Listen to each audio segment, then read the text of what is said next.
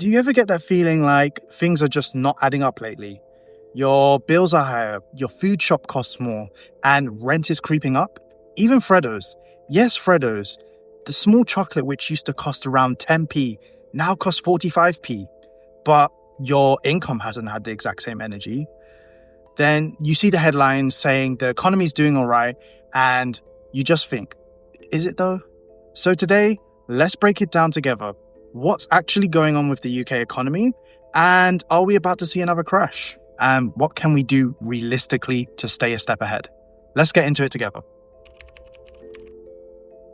All right, so what's actually going on? Well, for starters, the UK economy isn't exactly thriving right now. In fact, it has shrunk for 2 months in a row. In May, it was down by 0.1%, and in April, dropped by 0.3%. Now, that might not sound like much, but in economic terms, that's not great. It's like someone slowly letting out air from a balloon. Not dramatic, just deflated. And it's not just one sector. Manufacturing's taken a hit, construction's down, and growth in general is kind of sluggish. The only thing that's been going up lately seems to be the stress levels and the coffee consumption. Now, inflation. Technically is easing. It's down by about 3.4%, which is definitely better than the nearly 11% we had not too long ago. But here's the thing. Just because the rate of inflation is slowing down doesn't mean the prices are dropping. They're just rising more slowly. So yeah, that same food shop still costs more than it did this time last year. It's just not skyrocketing anymore. Yay. And then there's jobs. Unemployment is nudging up. We're sitting around 4.5%, which is the highest it's been in 4 years. So if it feels harder to get a job, or if work feels less stable lately, you aren't imagining it. And then there's interest rates. They're still high. The Bank of England's holding at 4.25%, which means mortgages, loans, and credit cards, they are all more expensive to deal with right now. So if your monthly payments have suddenly ballooned, that's probably the reason why. Basically, everything costs more. Growth is flat, and there's not much relief coming just yet. You're not being dramatic, it's just really hard out there right now. Every few weeks, there's another headline that sounds like we're teetering on the edge. One expert says a crash is definitely coming. Another says we're already in it. And most people, they just feel like they're stuck in a slow-motion financial mess that no one's officially calling anything yet. So, is the crash coming? Well, not in the classic Hollywood-style 2008 bank collapse kind of way. There's no dramatic moment where the stock market falls off a cliff and everyone panics overnight. At least not right now.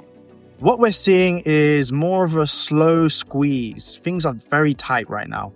Wages aren't stretching as far as they used to, prices are still high, and job security isn't what it used to be. For a lot of people, it already feels like a crash.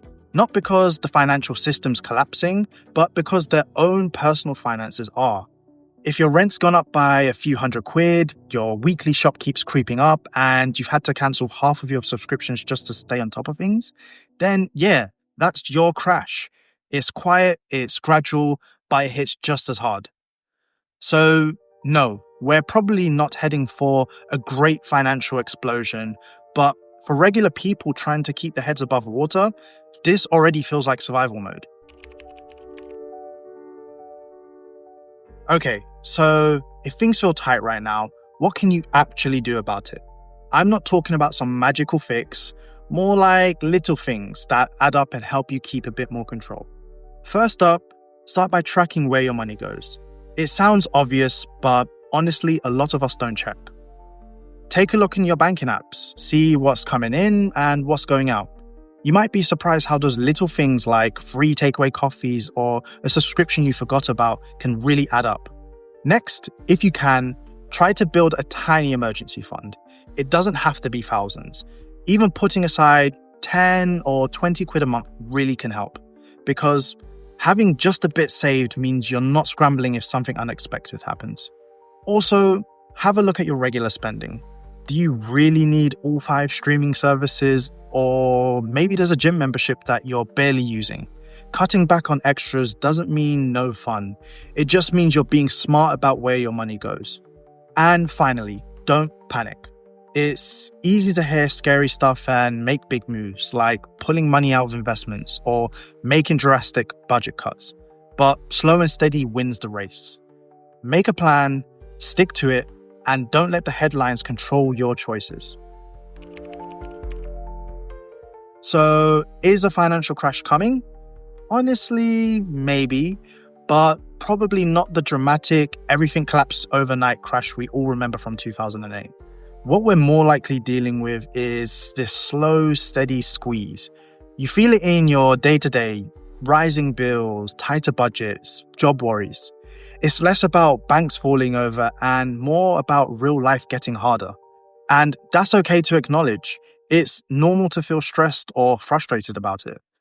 The good news is, even when the economy's tricky, there are still things that you can do to take a bit of control. Small steps, smart choices, and knowing you're not alone in feeling this way. So, what's hitting you the hardest right now? Is it rent? Is it bills? Or just feeling like it's all a bit too much right now? Drop a comment below. It helps to talk about it. And if you found this video helpful, give it a like, maybe hit the subscribe button. We'll keep having these honest chats and sharing what's really going on and figuring it out together. Remember, it's not about having all the answers. It's about taking one step at a time. Thanks for watching and catch you in the next one.